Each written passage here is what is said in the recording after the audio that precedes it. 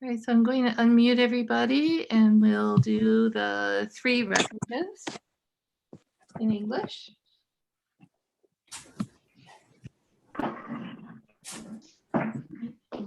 My screen.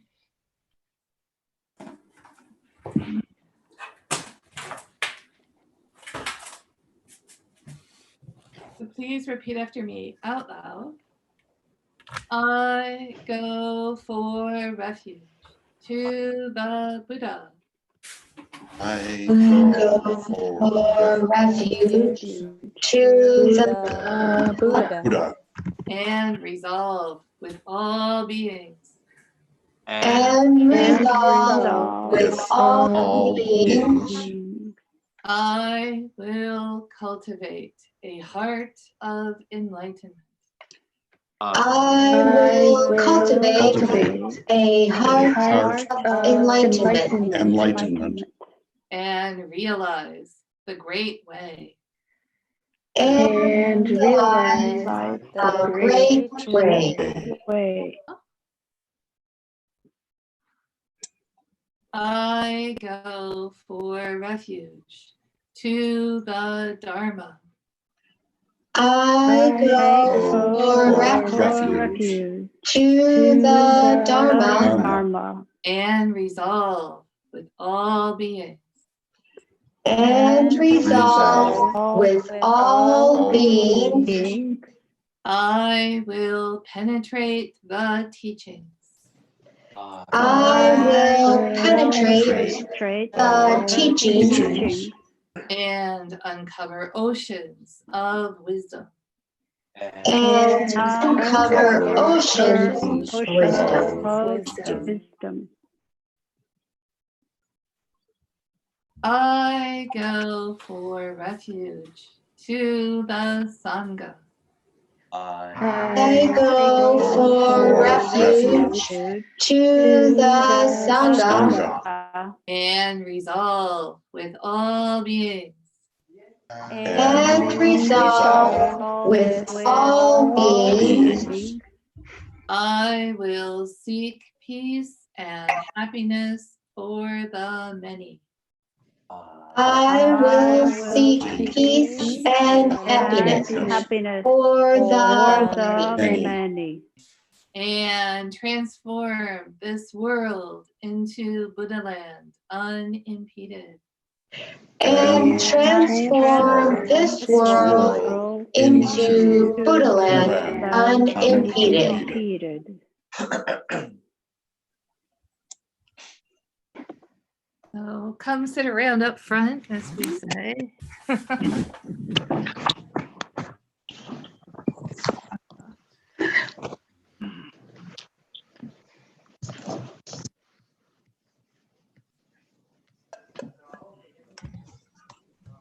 Listen, my lighting is very bad.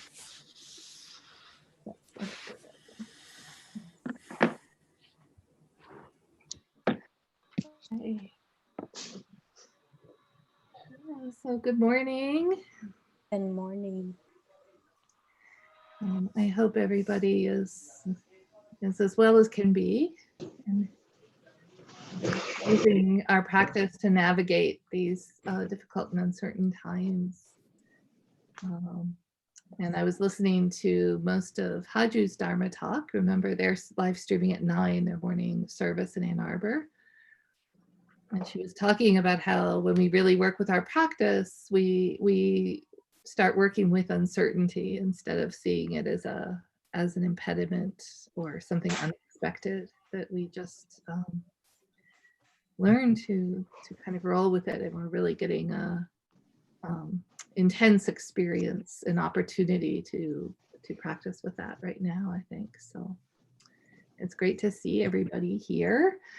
So I'm not going to talk too much because what we've been doing. So we've been doing a sitting together, and then refuges, and then talking about the Heart Sutra, which is really the kind of, how do I say, really condensed, powerful, strong medicine to really, how do I say, uncertainty is just woven right into it. And so it's a really really great time to look at the Heart Sutra again and to think about it together. So what I'm going to do for the next minute, we could all chant together, but I also see that there are an admirable amount of people. My glasses are 15 people here. If we all chant together, it's really going to be a mess, I think, if we chant with all of our mics off.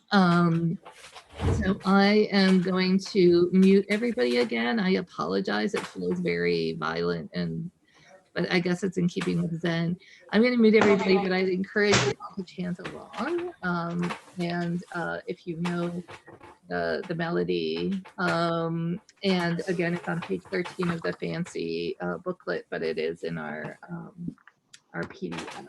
So I'm going to mute you all, and then I will unmute you when we're finished chanting it, and then we'll start talking about that first part, the title, and that first 4 lines. So, there we go. Okay.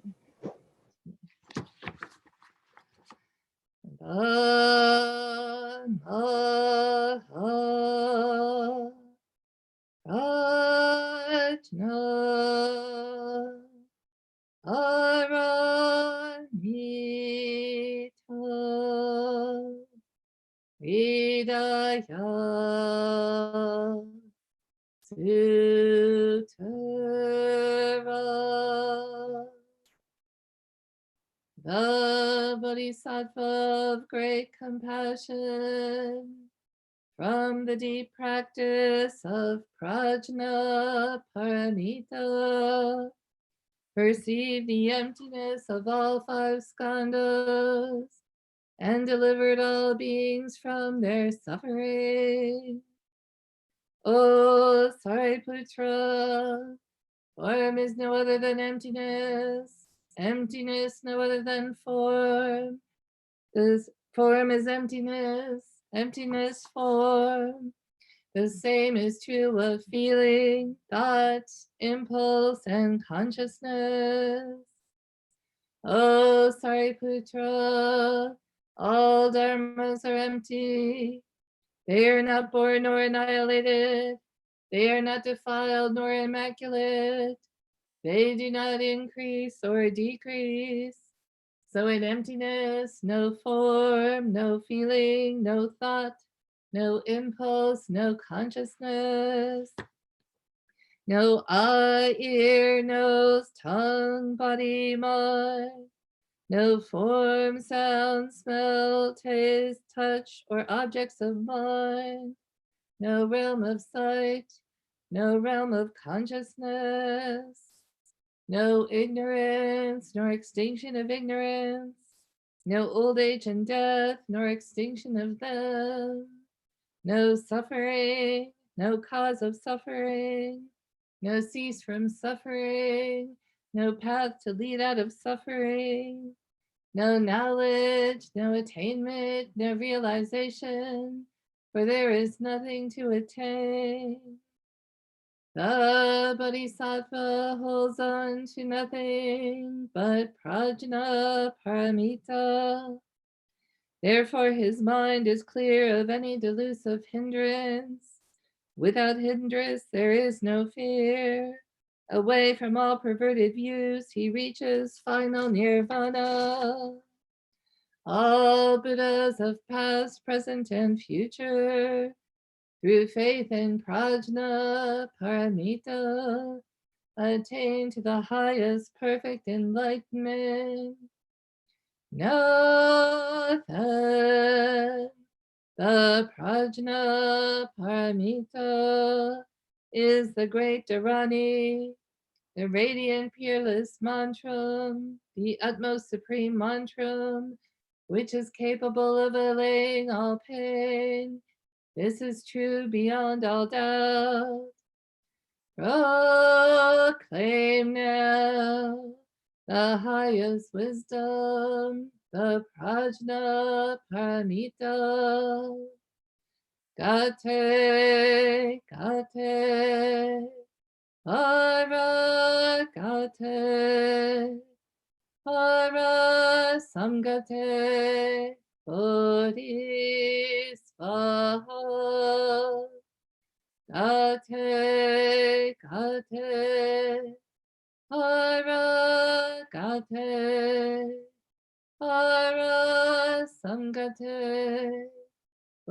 Bodhisvaha.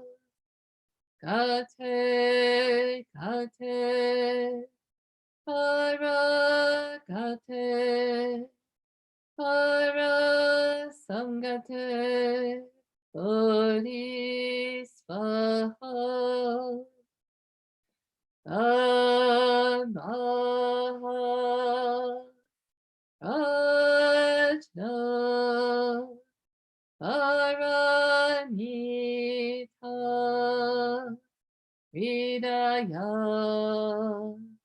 Sutra.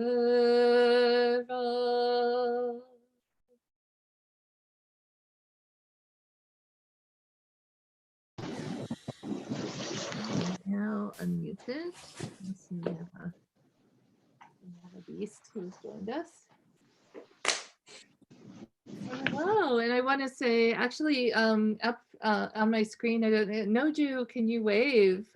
We have Noju, who is a Dharma sister of mine, who is in Cusco, Peru, joining us this morning. So it's really is a treat to see absolutely all of you, and I'm seeing Ted in Seattle as well. But Noju, it's been forever, and it's just really great to see you. And this is, I'm very sorry I had the mic off because I know you have just a beautiful, beautiful voice. So so good morning. Yeah, so we had decided last time that we would have that Sai would tell us a little bit about the title. Is Sai here? Is he invisible? I suspected Sai might. People with children are unpredictable, and rightfully so these days. So I had a feeling we might lose. Oh, and there's Sami. Hello, Sami. I'm just so excited to see people. I'm just now getting a good look at who's here. So Sai was going to tell us about the title, and that's fine. He's not here. We do have Sanbang and Samsu, who Sanbang was going to talk to us about the Bodhisattva of Great Compassion showing up in the Heart Sutra. And then Samsu might say a few words about the skandhas, and then we can open it up for discussion. So I'm really going to try to make an effort to not talk too much. So Sanbang, would you like to talk to us? Sure. I was hoping Sai would be going first to give a little give a little context, but I'll do what I can. So my assignment was to discuss why the Bodhisattva of Great Compassion shows up here in the Heart Sutra. I'm not sure I got the answer right, but hopefully Noara and others can fill in where I leave off. So the Bodhisattva representative of compassion, as you might know, is Avalokitesvara, who I will call Avalokita for the purpose of this. So Avalokita shows up here as the representative, the bestower of this teaching, the Heart Sutra, or the teaching of emptiness that she conveys to Sariputra. So the Red Pine translation of the Heart Sutra, which seems to be the one most people have read, I have not read it in its entirety, but in his translation, he hypothesizes that Avalokita is the trailblazer of emptiness in this sutra because she's the manifestation of the Buddha's mother, and more specifically, Santusita, the incarnation of Buddha's mother, who was the only person who could dispute Sariputra's understanding of the Dharma because she was present at all of the teachings. So she's the one who was sort of the most likely inheritor of this Dharma and the person to spread the teaching. So Red Pine suggests that Avalokita is an incarnation of Santusita, and because the teaching Prajna Paramita is represented in the form of a goddess, by another name is the goddess, also the mother of Buddhas.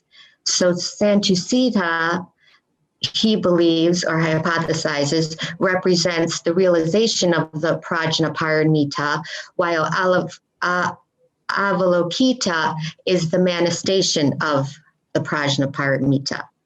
Hmm. Did I get most of that right? Yeah, I mean, there are bajillions of commentaries, and I think each one of them has something else. So I don't think there's a right or a wrong, but that's super helpful.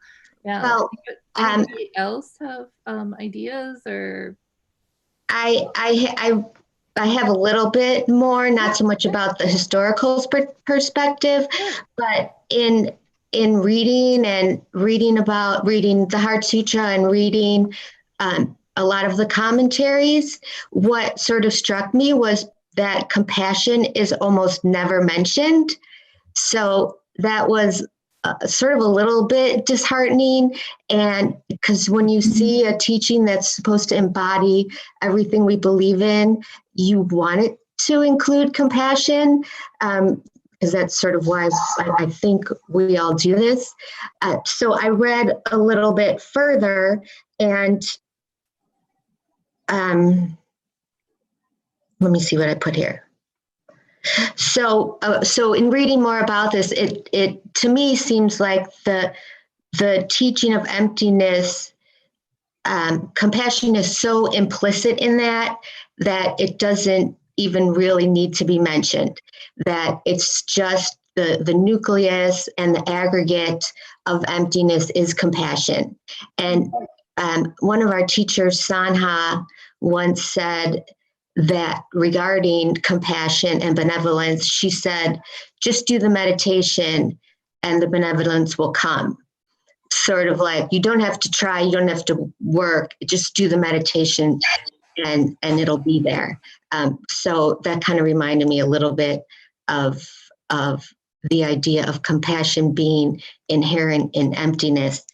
And if I could just read a little bit of what I read, and I just forgot to write down the person's name, but he said, let me see. How the realization of emptiness gives rise to compassion. When we experience reality in this way, having relinquished the small self separation of reality into subject and object, we become moved to act on behalf of the integrated whole, which has now become more real to us than that tiny piece of the whole that we used to identify with the small self. So anyway, that's it. Thank you. Thank you. That's great. Yeah. Anything to add, anybody? I had read a commentary, I think it was Musoeng's commentary, where he says, because it's absent from the whole thing, that the fact that all of this is through the mouth kind of Avalokiteshvara or Kwanse Mbosel, right? That it's all filtered through compassion. That's another way of saying what you just said, which I think is really valuable. Yeah. Anybody else?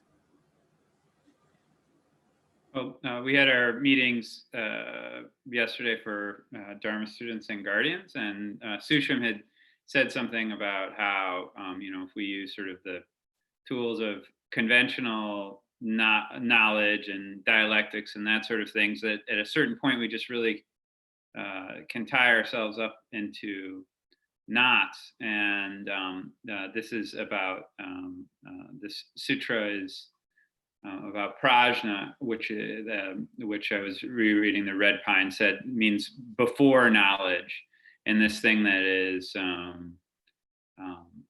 outside of the rhetorical type of thinking.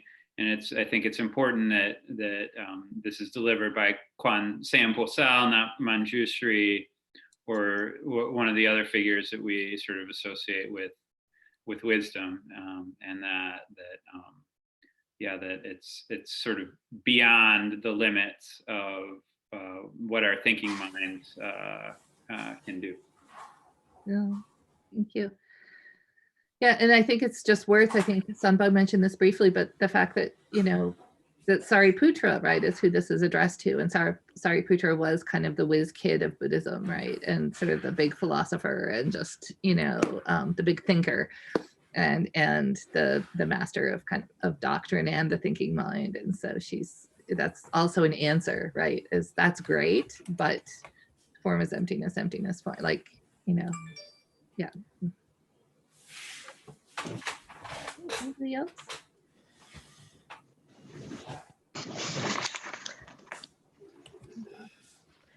So since I was going to talk about the title, Yeah.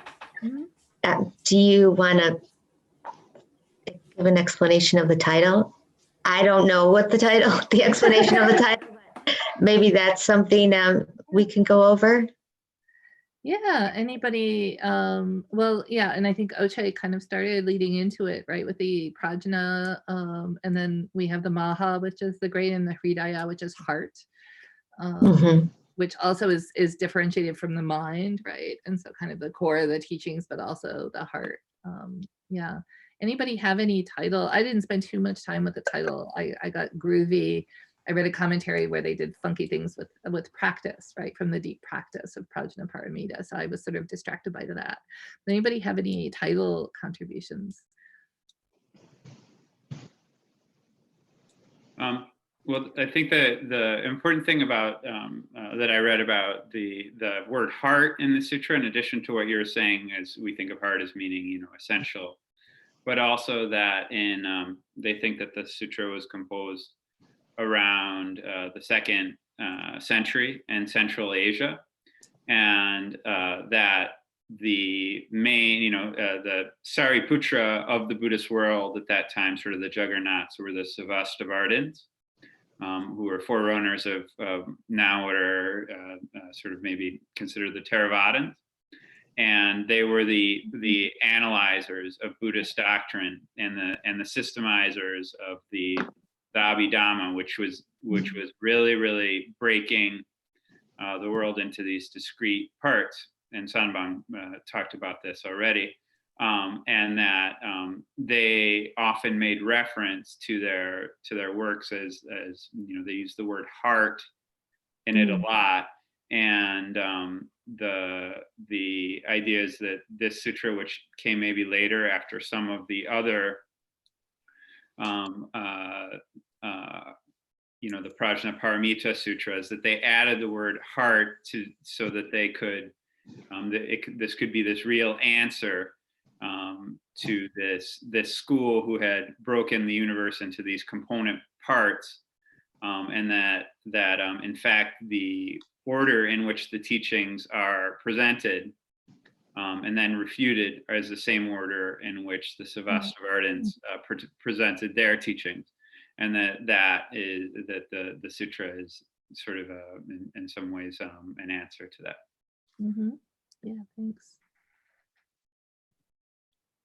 And not just to put a little bit of frosting on that delicious historical context cupcake, is that this happens in Buddhism over and over and over. You see it in the Diamond Sutra, and you see it in the Platform Sutra. And what I love about Buddhism is it recognizes that left to its own devices, that religion and doctrine tends to congeal, right? It tends to harden, it tends to congeal, it tends to become a thing. And Buddhism has all of these things built in. And I think the most powerful one is the Heart Sutra, where it's kind of the antidote to that. Like, okay, just when you think, okay, I'm on solid ground and this is a thing and this is wisdom and this is what I know, that there's always that undercurrent of water rushing through it to erode it a little bit, so it doesn't become, it's this recognition that kind of all of the, I don't know, a lot of harm comes from when our doctrines start hardening into something to be defended, or,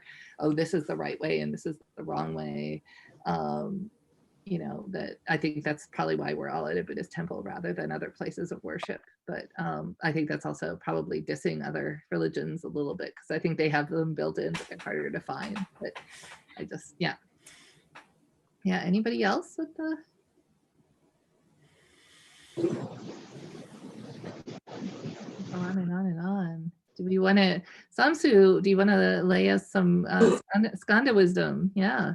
And I should tell everybody that right after our last meeting, Samsu basically emailed me and said what he found out. That's what you get to figure out. So yeah. I didn't get an answer from you. No, you did not. I'm not.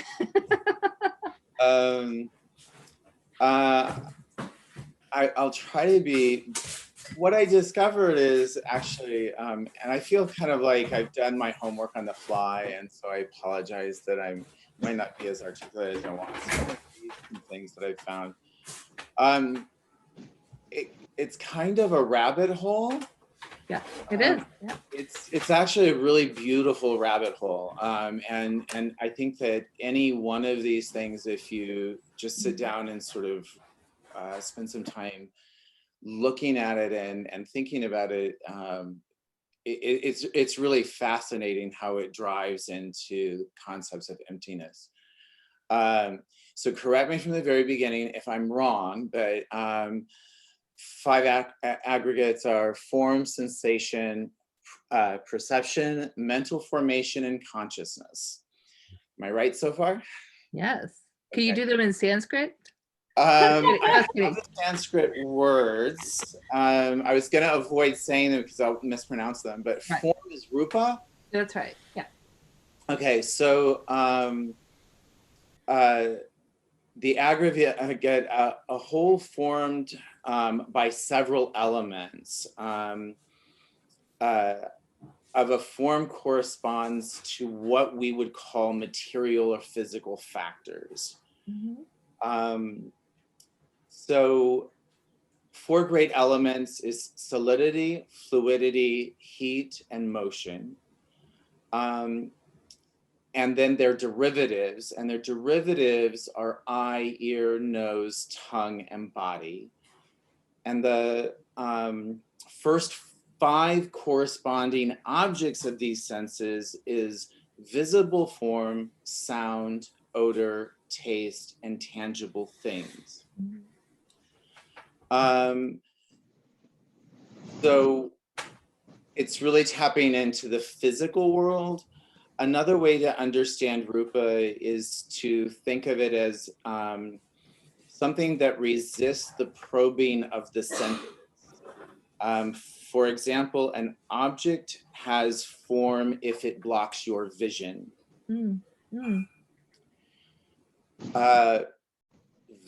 Vedana is sensations and feelings. Physical or mental sensations that we experience through contact of 6 faculties with the external world.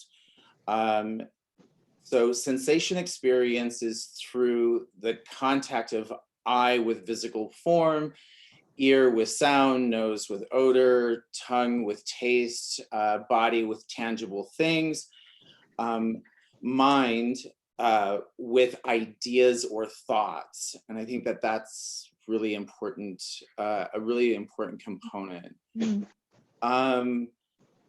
So feelings are pleasant, unpleasant, or neutral.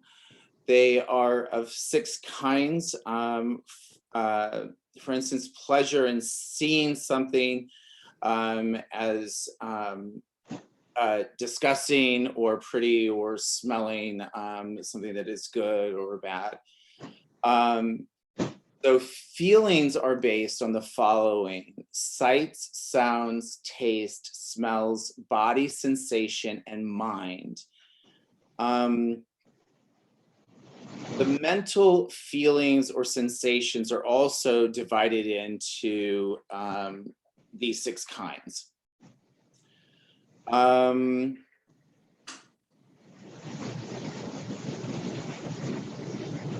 So though they're labeled feelings, it does not mean emotional feelings, but something more like sensations. So the things that are said to be painful or pleasant or neutral sensations in the body, and the pleasant or unpleasant sensations of the mind. And it's in this that we have the basis of the attachment to attachment and aversion.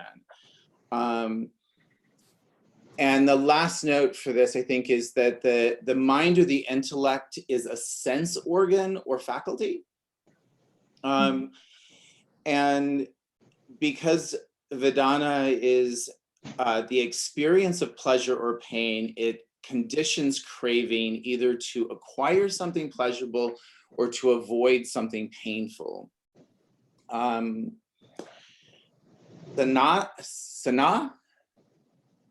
Sana for perception is divided into 6 forms. It means knowledge that puts things together, capacity to conceptualize and recognize things by associating them with other things. For example, recognizing flowers as flowers because you've seen flowers before. Perception means that apprehension of specific objects as distinct from something else.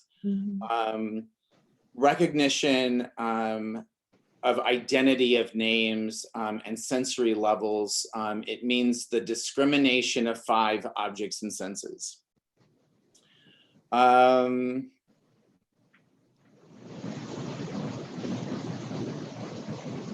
So perception could be non-conceptual as the case of the 5 physical senses, or conceptual as in the perception of thoughts and ideas. They're visual, auditory, taste, smell, touch, and mind perceptions. Then there's mental formations. And what's important here, I think, is that mental formations is where we create karma. Mental formation may be described as conditioned response to the object of experience. It is not just the impression created by previous actions, but also the responses here and now motivated and directed in a particular way. Mental formations has a moral dimension. Perception has conceptual dimension. Feeling has emotional dimensions. And so we're kind of dividing all of those things out. The mental actions can direct the mind to do good or to do bad or to do neutral activities. And so contrasting with perception and feeling, mental formations are tied to our will and our actions. And so, so that results in producing karma, and mental formations produce good and bad karma. Perceptions do not produce karma, good or bad, but mental formations do. And last on that, they include attention, will, determination, confidence, concentration, wisdom, energy, desire, hate, ignorance, conceit, self-illusion, and more. And then last is consciousness.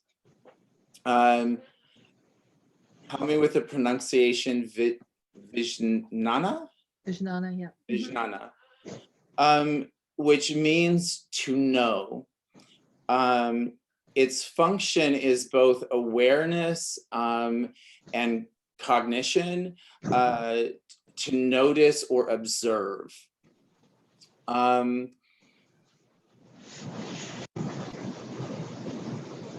So consciousness is the awareness of something without recognition, or the consciousness and awareness of something without perception. It is before perception. So consciousness is aware of something, but perception determines what it is.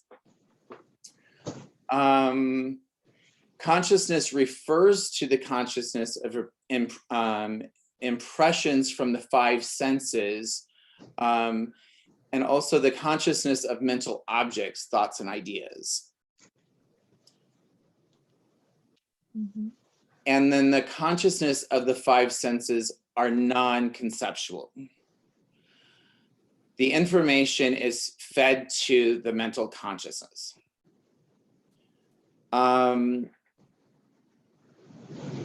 So in the presence of consciousness, the I and the visible object produce experience.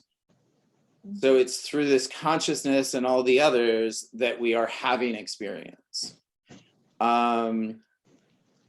Consciousness is therefore indispensable element in the production of experience.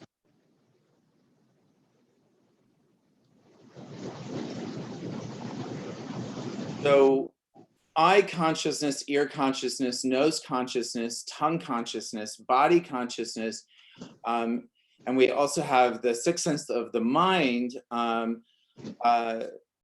and the corresponding objects, which are ideas. We will then have mind consciousness. And then concluding, so there's two other components to acknowledge. That we have the defiled mental consciousness, which is the notion of I and mine and the self. And then we have sort of the storehouse consciousness, which includes transmigration or rebirth, causing the origination of new existence. So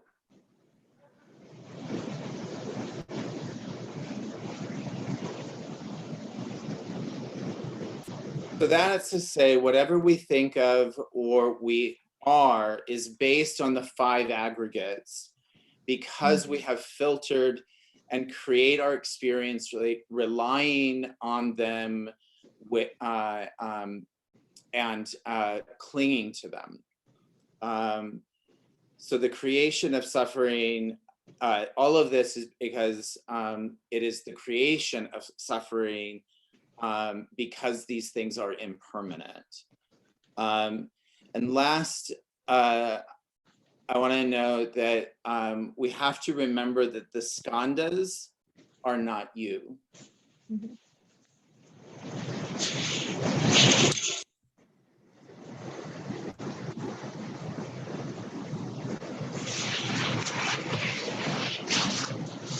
The rabbit hole. It is, yeah. I think Thich Nhat Hanh talks about like 5 streams entering into a river is a way of picturing them. Yeah, thank you for that, Samsu. Any comments or any questions? Or I think that's perfectly obvious. We're all enlightened now.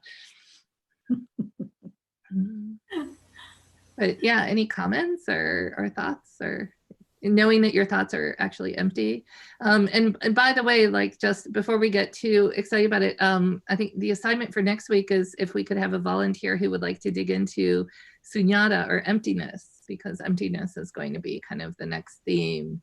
So think about, oh, Jayun, you are volunteering for emptiness. Okay, fabulous. Yeah, you can, but you know, and everybody else can feel free to sort of poke around. But Jayun will be our official emptiness person for next week. So, but anything about the skandhas? Any comments or?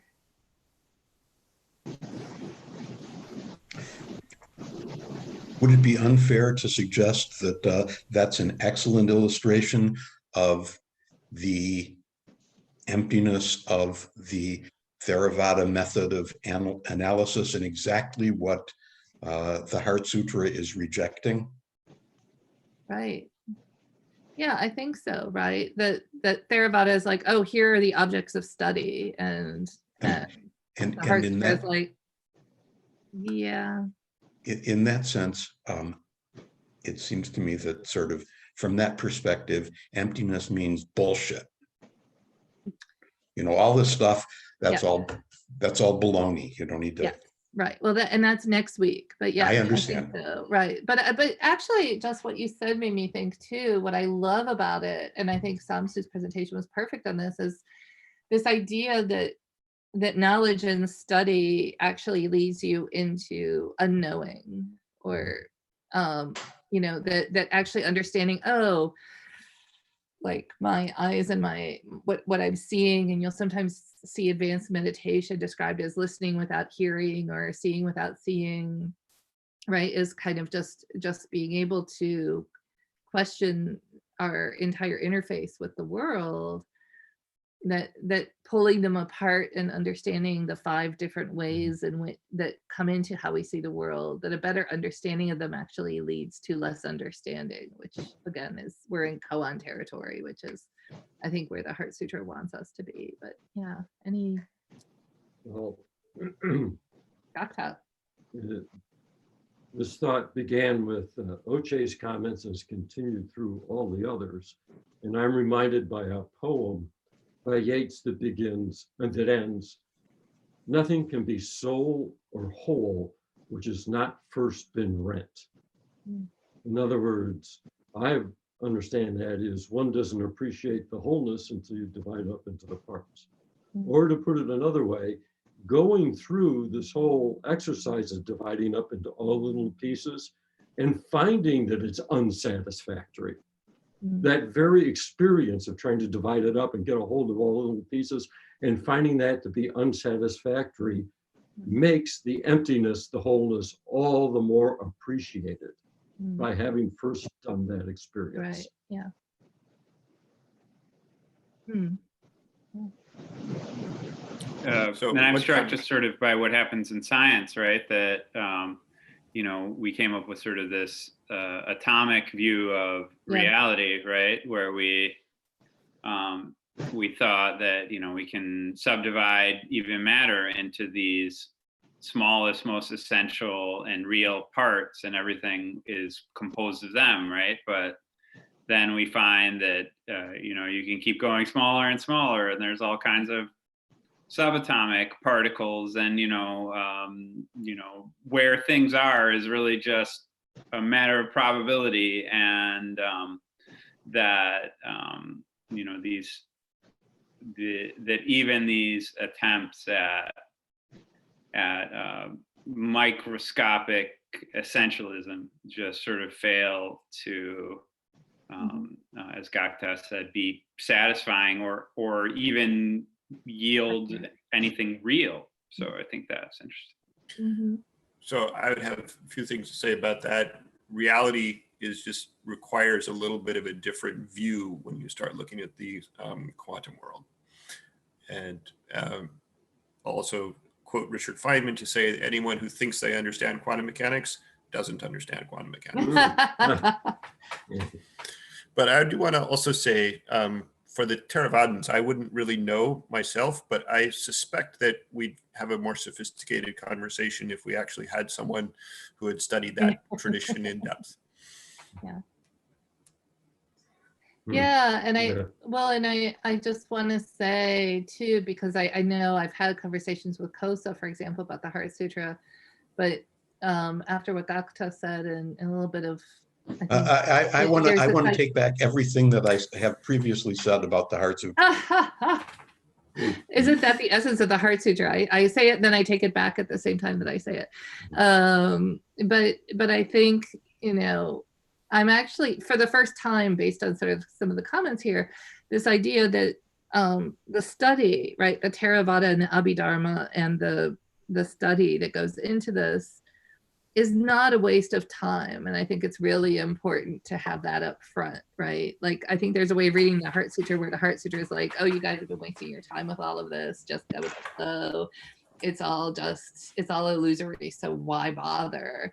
And I actually think the contrary, right? That it's, and especially if we had to do all of that atomic physics to get to quantum mechanics, right? So I think to see it fruitfully as building on that knowledge, and that knowledge is an essential step in the sort of greater consciousness, as it were, but it's not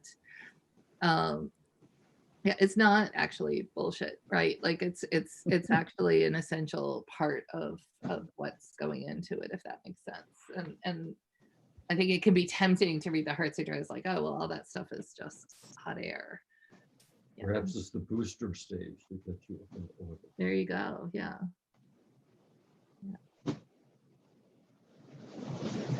Any other comments or questions? Or I love that Samsu did that in front of his painting, which is kind of Skanda-esque. And Thank you.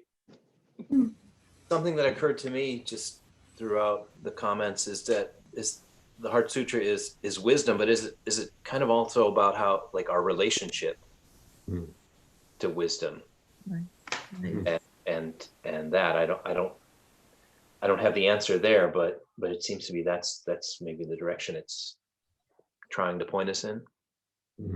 Yes, that's nice. I was, like I say, I watched most of Haju's Dharma talk, and she was talking about the intimate, immediate, spontaneous, and obvious. And I don't know if you saw it. And she was talking about making them into verbs, right? So intimating and immediacying and spontaneousing. So I think that goes in the sense of what you're saying. It's not wisdom, it's wisdoming, or yeah. Yeah, the verb.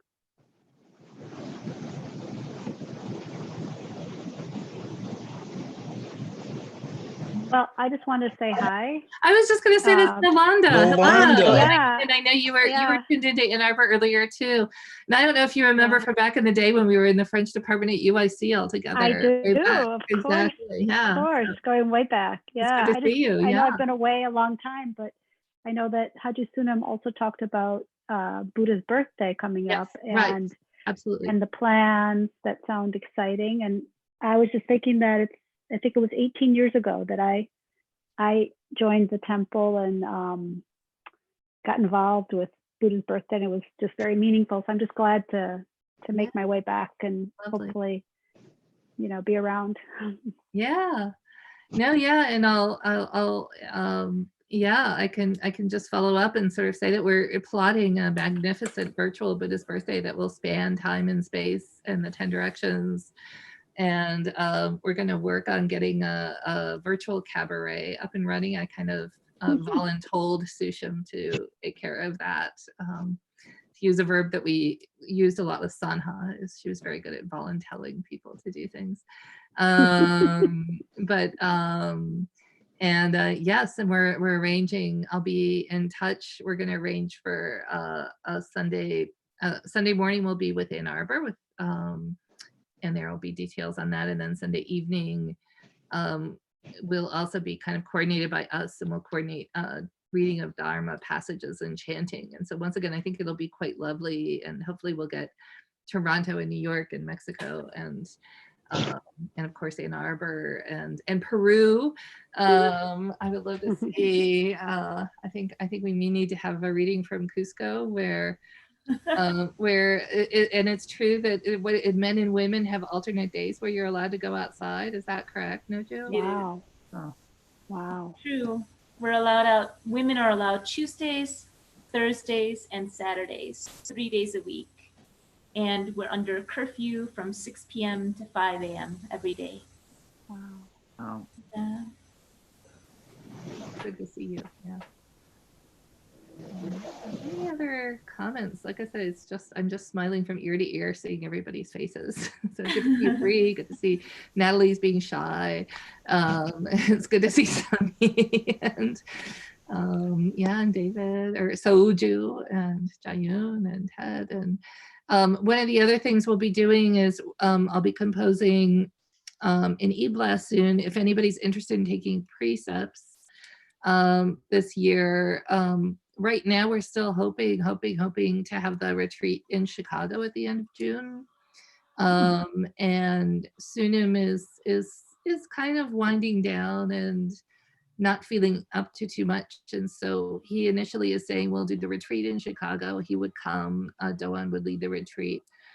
But that he's kind of not in the mood to do a precept ceremony. But Doan said that if we could actually collect some names or a list of people who want to take precepts, that he may be able to be swayed either to do it or to have Doan do it or sit in. So we'll be calling for anybody who wants to take or renew precepts, with the idea of getting a nice list together so that we can maybe, shift that a little bit.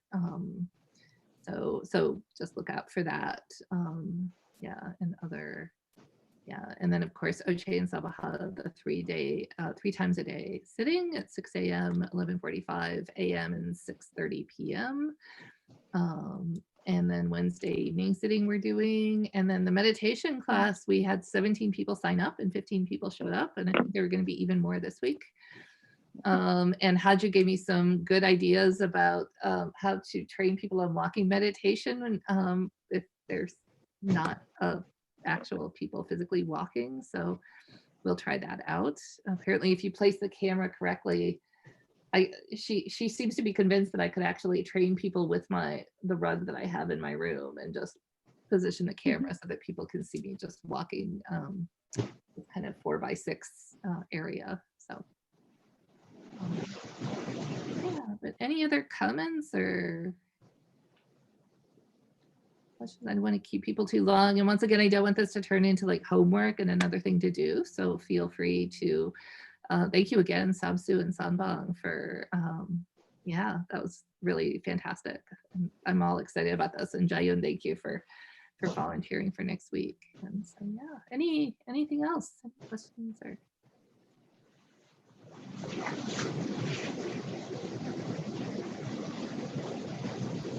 Right. So it's wonderful to see everybody. Let's do the 4 great vows to kick off. And again, feel free to email the temple or any of us if you just want to touch base or say more or say hi. It was just great seeing everybody. So, all beings, one body, I vow to liberate. Blind passions, one root, I vow to terminate. Dharma gates, one mind, I vow to liberate. The great way of Buddha, I vow to realize. Thank you all so much. It's so good to see you. Have a great see everybody. Bye, everyone. Bye. Take Bye. care. Bye. Bye. I'm going to kick you all off, I think. And I'm going to stop recording on the YouTube channel.